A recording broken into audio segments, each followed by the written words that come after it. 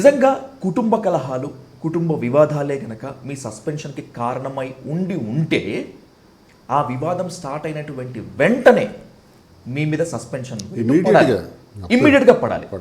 కానీ దాదాపు సంవత్సరాల కాలం తర్వాత సస్పెన్షన్ వేటు పడింది.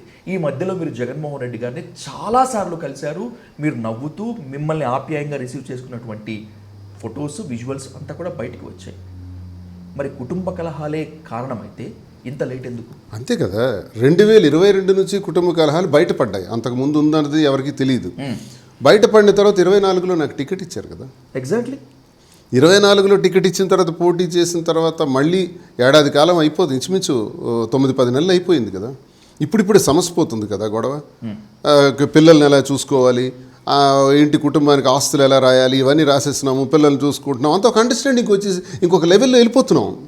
జరిగిన సంఘటన మంచిదా చెడ్డదా, ఇలా అందరూ చెయ్యాలా, ఇది సమాజం, సభ్య సమాజం తల ఎత్తుకునేదా తల దించుకునేదా అని చర్చించాల్సిన అవసరం లేదు. నాలాంటి పరిస్థితి ఎవరికి రాకూడదు.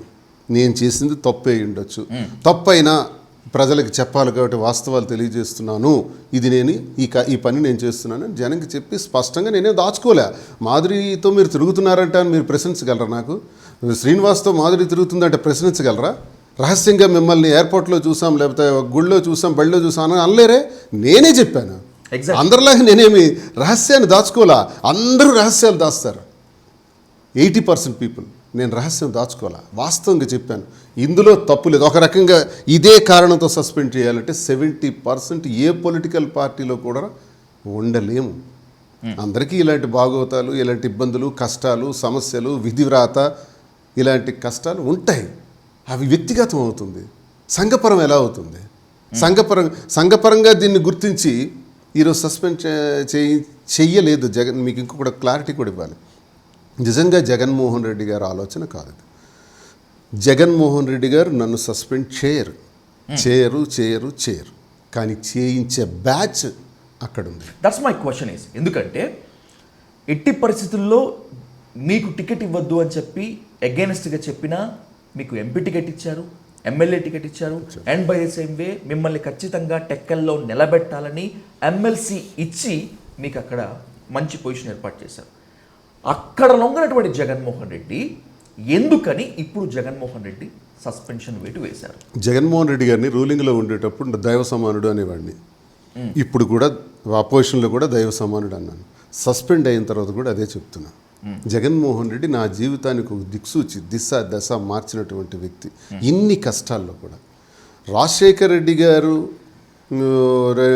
ఇవన్నీ వినటానికి, అంటానికి, ఇంటర్వ్యూస్లో మాట్లాడుకోవడానికి చాలా హ్యాపీగా ఉంటాయి ఈ పడికట్టు పదాలు. హార్ట్ఫుల్గా మీ గుండె మీద చేసుకుని ఇప్పుడు ఎందుకు నేను ఈ రోజుకి కూడా జగన్మోహన్ రెడ్డి, ఇంకా నేను నాటు భాషలో మాట్లాడితే మీ ముడ్డి మీద తన్ని పార్టీలోంచి బయటకు పంపించేసిన తర్వాత కూడా మీ గుండెల్లో దేవుడిగా ఉన్నాడు ఆ జగన్మోహన్ రెడ్డి. అంటే ఎందుకు అబద్ధం ఆడాలి? నేను దేనికి ఆడాలి?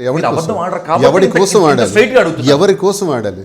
ఇప్పుడు నేను జగన్మోహన్ రెడ్డి గారు సస్పెండ్ అయిన తర్వాత జగన్మోహన్ రెడ్డి గారిని ఎక్కువగా నేను కీర్తిస్తే మిగతా వాళ్ళు ఒకవేళ నన్ను పార్టీలో చేర్చుకోవాలన్నా, ఒకవేళ నేను వెళ్ళాలన్నా గేట్లు ఓపెన్ చేయరు. వీడు జగన్ అభిమాని అంటాడు ఎవడైనా సరే.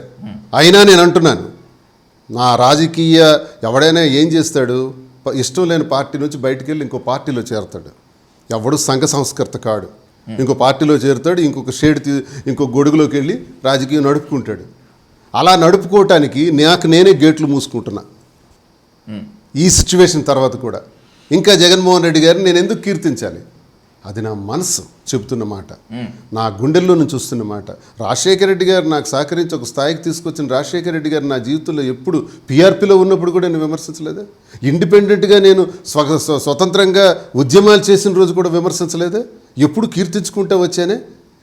ఆ రాజశేఖర రెడ్డి గారికి లేదు, ఇప్పుడు జగన్మోహన్ రెడ్డి గారిని ఎందుకు విమర్శిస్తాను? జగన్మోహన్ రెడ్డి గారు కూడా నాకు మేలు చేశారు. మీరన్నట్టే ఎంపీ టికెట్ ఇచ్చారు, ఎమ్మెల్యే ఇచ్చారు, ఎమ్మెల్సీని చేశారు, గౌరవించారు. ఎవడు చెప్పినా వినలేదు.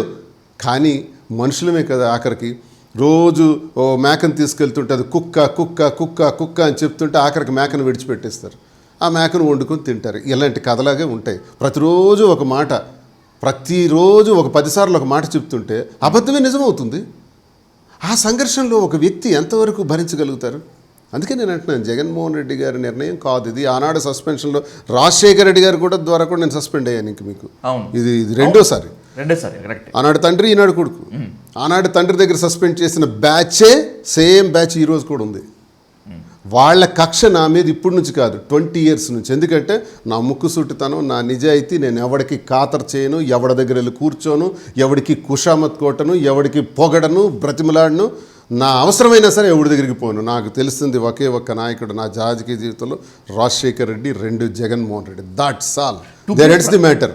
నా నా నా యాటిట్యూడ్, నా బిహేవియర్ చాలామందికి నచ్చదు. మా జిల్లాలో నచ్చదు, ఉత్తరాంధ్రలో కూడా నచ్చని వాళ్ళు ఉన్నారు. అదే మీకు ఎసెట్ కూడా కదా. నాకు అది మీ ముక్కుసూటితనము, మీ నిజాయితీ తత్వము, మీ ఖచ్చితత్వం కూడా మీకు ఎసెట్. అది నాకు బలం ఇచ్చింది, బలహీనత కూడా చేసింది. ఎగ్జాక్ట్లీ. అదే నా బలం, అదే నా బలహీనత, అదే నా దమ్ము, నా ధైర్యమే నా శక్తి, అదే నా బలహీనత కూడా అయిపోయింది ఈరోజు. ఈరోజు వాళ్ళు సస్పెండ్ చేయించగలిగారంటే నా యాటిట్యూడ్ బట్టే. సస్పెండ్ చేసిన నా ఇంటర్కి కూడా పీకలేరాలు చేయించిన అంటే ఆ నా ధైర్యం బట్టే, నా ముడితనం బట్టే.